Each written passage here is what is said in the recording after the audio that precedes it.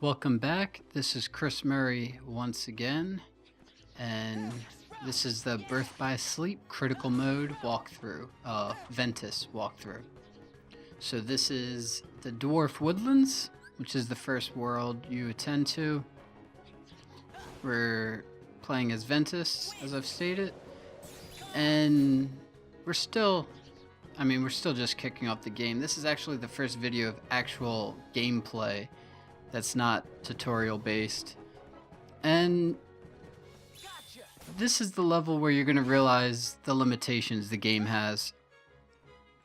And you're also going to see where the critical mode comes in relation to the PSP port mechanically, which I've watched the video the last video we did of the prologue, and the number of times I said mechanically was crazy, so I'm actually going to avoid using that word this time. But everything's pretty linear here. This entire game is very linear. Kingdom Hearts 2 is as well, surprisingly. The original Kingdom Hearts felt a little more open, I guess you could say. Oh, here we go. An error occurred. That is so annoying that I get it, why it comes up, but I don't like it. It interrupts the gameplay experience. And even on my PS4, when I'm watching a movie, it will come up showing me who signed on. And it's frustrating, and I'm sure someone out there could tell me that I could turn that feature off, but I shouldn't even have to. It should be an option to turn it on. It's one thing in game mode, but in movie mode, if I'm watching a movie, why would I want to be interrupted to see who's... Yeah, maybe that goes back to the whole Xbox trying to be a home theater system, PS4 subtly following suit. I have no idea. But anyways, the reason I was kicked out of the network is because my internet at the place I live is atrocious. It was hyped up to be gigabit Ethernet, or internet, via Ethernet, and I am hardwired in. Well, not my PS3 now that I think about it, but my PS4 is. My computer in my room is hardwired in, leaving me no room to hardwire my PS3, which I'm okay with because I don't do any online multiplayer on my PS3 anymore. The last game I did was The Last of Us. Yeah, so it's supposed to be gigabit Ethernet, and we checked, me and my roommate, he did a wireless speed test, and he was reading at like 0.67 download speed. Like that is, and then he Googled what is considered slow internet, and it's 3 megabytes per second. And he was less than 1. And you may be wondering, or the average guess I would think was, oh, is it Comcast? And it's not. It's a company called Hotwire, and we weren't given a choice. The apartment complex I live in Philadelphia, it's a high-rise apartment. It's brand new. They just built it. I'm one of the first residents to move in. Literally, I moved in a couple weeks before all the other residents were allowed to because I just called and asked. So they give us Hotwire internet, which I've never even heard of before, but I figure it claims to be one thing, and it's just not. It's as if this entire fucking building is on a single router. That's how bad it is. But it's even more mind-boggling because I'm hardwired in. Like, even my computer has trouble playing a HD file or a HD video off Vimeo. It's an embarrassment. And my new place I'm moving into, come August, I'm hoping to switch over to Verizon Fios. So if anyone has any information on that, let me know before I dive in. But that's my only option, is to get Hotwire or Fios, and I'm not getting Hotwire again. And it very well might be the building or the way it was wired. I have no idea. It might not be the service at all, but on my end, I have bad internet, and the provider is Hotwire. And when I contacted the apartment complex about it, they said to contact Hotwire. It's not their problem. So I left a hefty review. We'll see how that goes. It's hard to contact Hotwire to complain about an internet that is paid for in your rent, which goes through the apartment. So the apartment's technically paying for it, but it's our responsibility to call them. It's a little convoluted. With my previous apartment, I just paid for my internet directly, but the apartment I live in is kind of like a combination apartment. You may be wondering why I'm not talking about the game, and like I said earlier, folks, it's linear. It's really hard to mess this up. Every time you go to the shop, you also want to look at cool new items. I didn't even pay attention. I was busy talking. I didn't even pay attention of what I bought. But right now we're going to find the 7 dwarves, and they're all hiding in here. And these little enemies, similar to the Heartless, they just kind of plop underground, and they can be dangerous. Your health is small. It's not as small, I believe, or quite as small as it is in Kingdom Hearts 2 in critical mode. But with that comes an amazing set of skills that you obtain at an early level in Kingdom Hearts 2. But this isn't Kingdom Hearts 2. This is Birth by Sleep. And your HP is a little better, but as you can see, I was hit by... I have no idea what dwarf that is. That hit me in the cart. I can't tell. But my health is nearly halfway down. It's over a quarter drained from just one. I actually believe, not finding the 7 dwarves, but later when I come back in this room to just make sure I didn't miss any treasures, I actually died. There's times, I edited it out so you won't see it because it's, maybe I should leave. No, I'm gonna edit it out, but yeah, I'm just trying to think. Sorry, I'm thinking on the spot, live commentating, well, post live commentating, which won't ever be live for you. But I don't do the multiple edits. I like to do it all in one shot. My audio recording, that is. Where was I? Oh yeah. I thought about while I was talking to you. I was thinking about whether if I should show my deaths. Or maybe sometimes when I think a death's stupid, so you can learn and see what I did, or maybe better understand where... But you'll understand when you play the game. I'm not going to waste your time in a walkthrough showing you what not to do. I'll just inform you and try to guide you, and when you play the game, you'll see the limitations of the actual controls and the port. And there are many limitations. Strike rate is it's a great ability. And, oh... Sleep. I believe I take sleep off here soon. We almost have them all. That's not sleepy. Maybe that is sleepy. He looks sleepy. Maybe that's drowsy. No, that's a Pokemon. But anyways, these little guys, they can be a pain in the ass, but they're not really your concern. Don't let your guard down because this is critical mode and they can kill you. I don't even remember what did kill me. I do know that it happened in this area. Like where I'm at right now with the treasure chest, I believe. And it was literally like two hits at the same time from 2 separate enemies, and I was dead in what felt like 1 hit. It was just an instant kill, and I have no idea what happened. And that will happen a lot in this game, folks. There will be times where you're trying to lock on and it locks onto something behind you and then you just get killed. There's times where you will go to attack an enemy, the camera will spin around, you'll be looking at a wall and you'll get killed.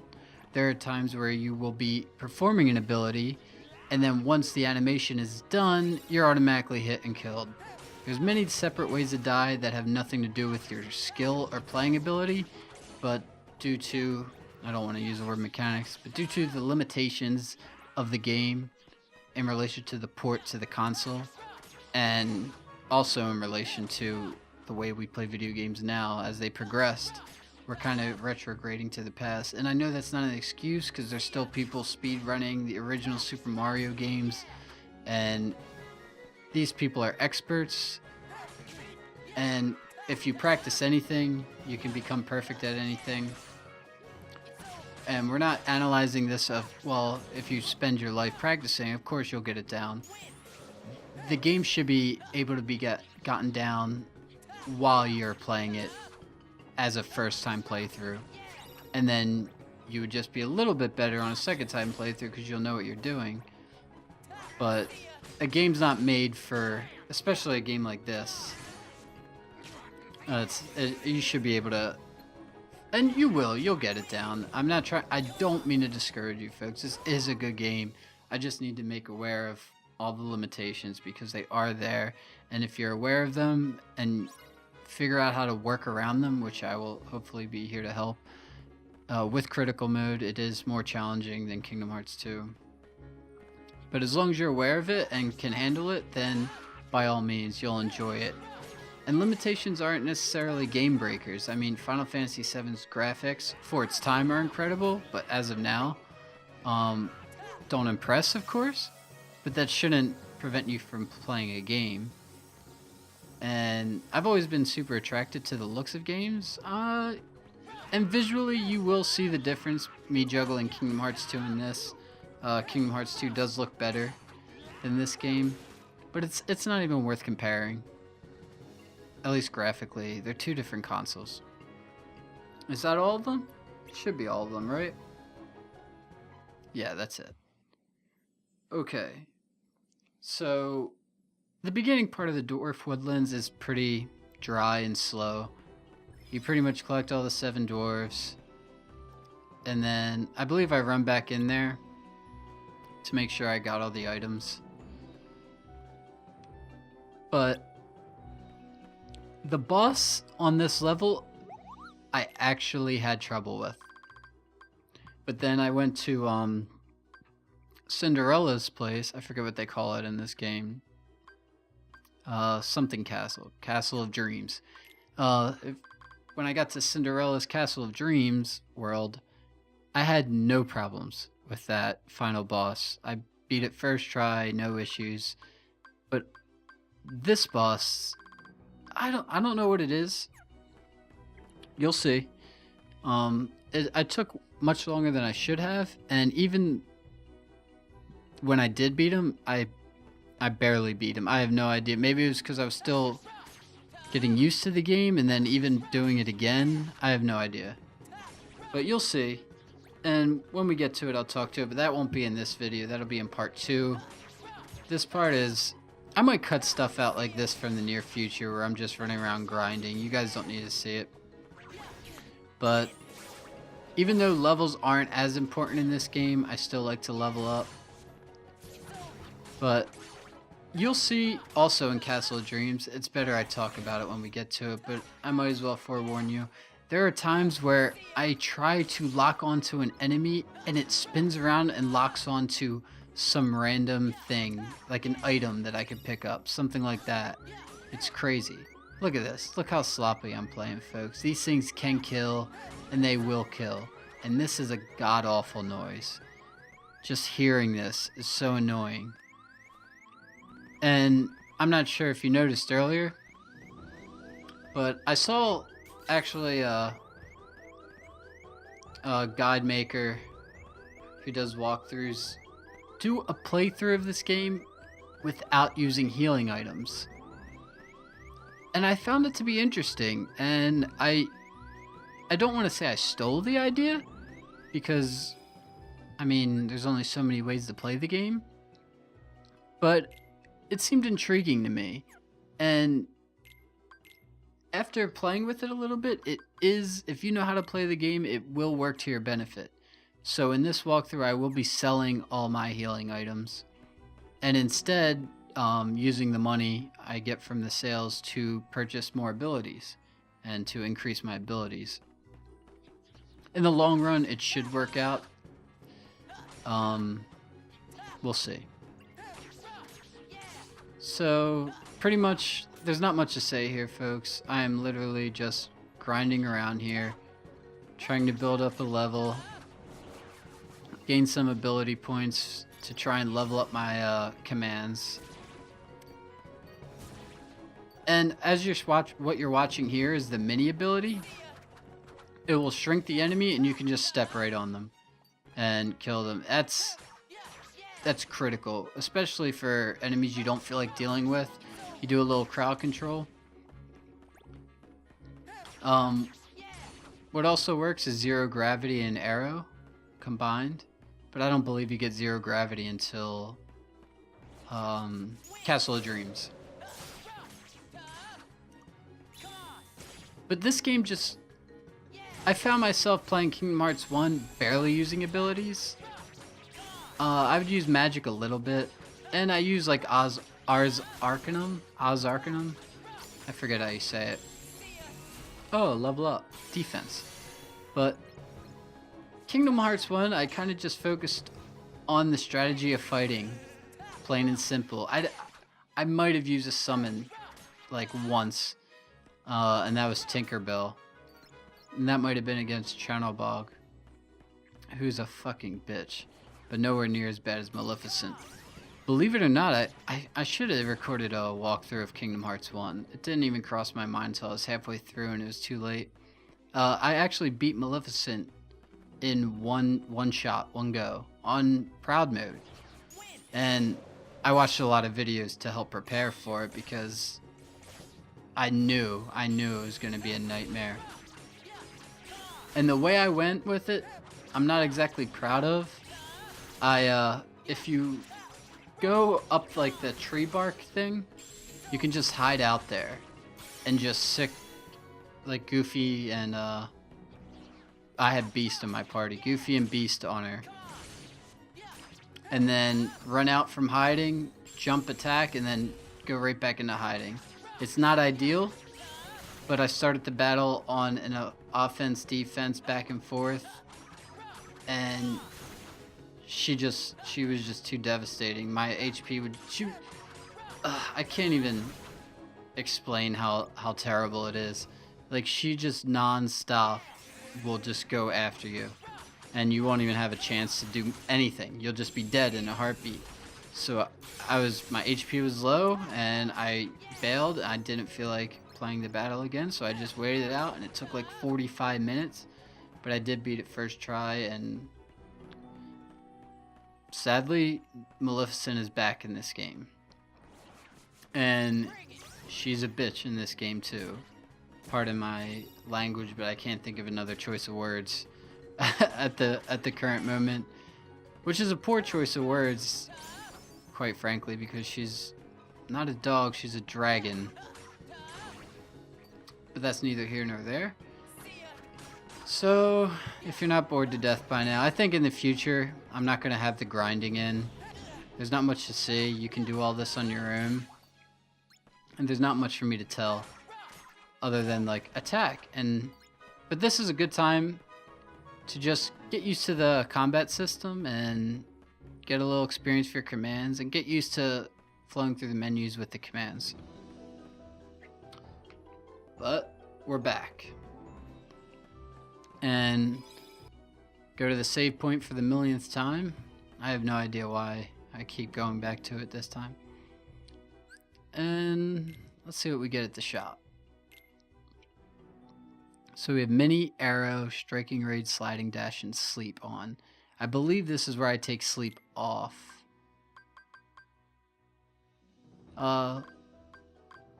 We already gained a level in sleep, which is good. I should sell that ether in Panacea, I believe it's pronounced. I'm probably wrong. I see I don't have blizzard or fire attached yet. I really didn't think I did that later. I thought I did it this time. I'm sorry, folks. The most ideal way to record... Okay, yeah, I do get blizzard. Okay. I should get fire, but...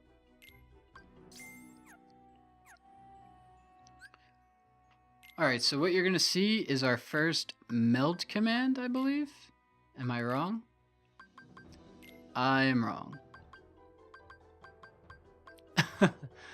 Sorry about that, folks. As I was just about to say, it's ideally I should record the video and then record the commentary afterwards.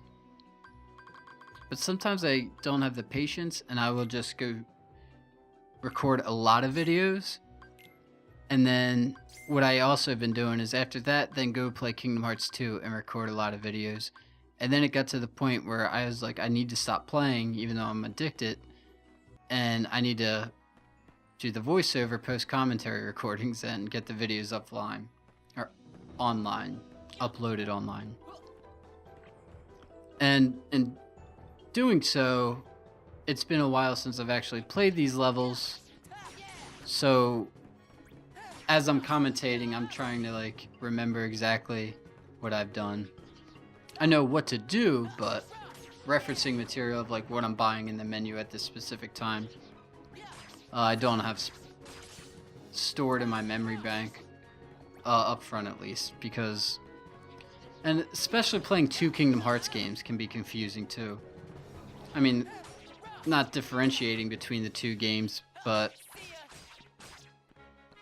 when you're playing two games and you go back watching the recordings, your mind might, I don't know what I'm saying, folks.